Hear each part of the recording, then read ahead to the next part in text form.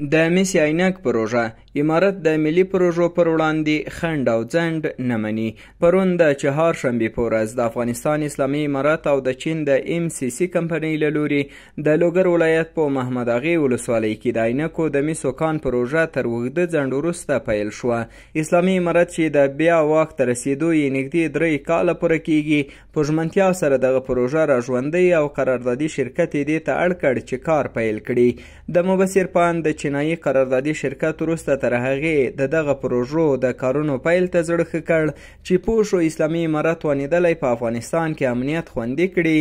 او نور د لویو پروژو پر وړاندې خنډ نشته. هو، اسلامي امارت د هیواد د ټولو ملي پروژو د امنیت خوندیتوب ته ژمن دی او تر مس عینک وړاندې د نورو پروژو پلي کېدو سره یې ښودلې چې افغانستان نور امن دی او وخت د دې دی چې هیواد د پرمختګ پر لور کوټلې ګامونه پورته کړي. ښایي دښمن د دغه ډول لویو پروژو پر وړاندې منفي تبلیغات وکړي، خو باید ووایم چې اوس مهال ټولې نړۍ ته جوته ده چې افغانستان نور هغه پخوانی افغانستان نه دی او اوس د خپلو اصیلو بچیانو له لوري په سمه توګه اداره کیږي او امنیت یې خوندي دی.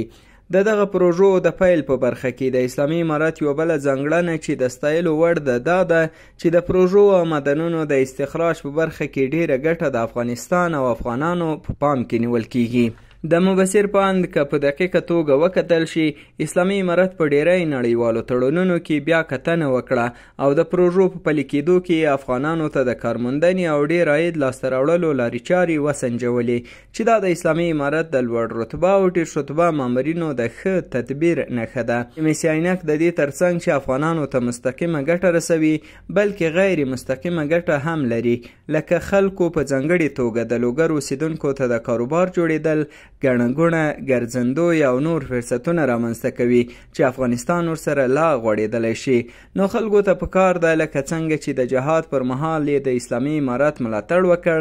دغسې د ملي پروژو د تطبیق په برخه کې هم د خپل نظام ملاتړ ته دوام ورکړي او د هیواد په ښېرازۍ کې ونډه واخلي.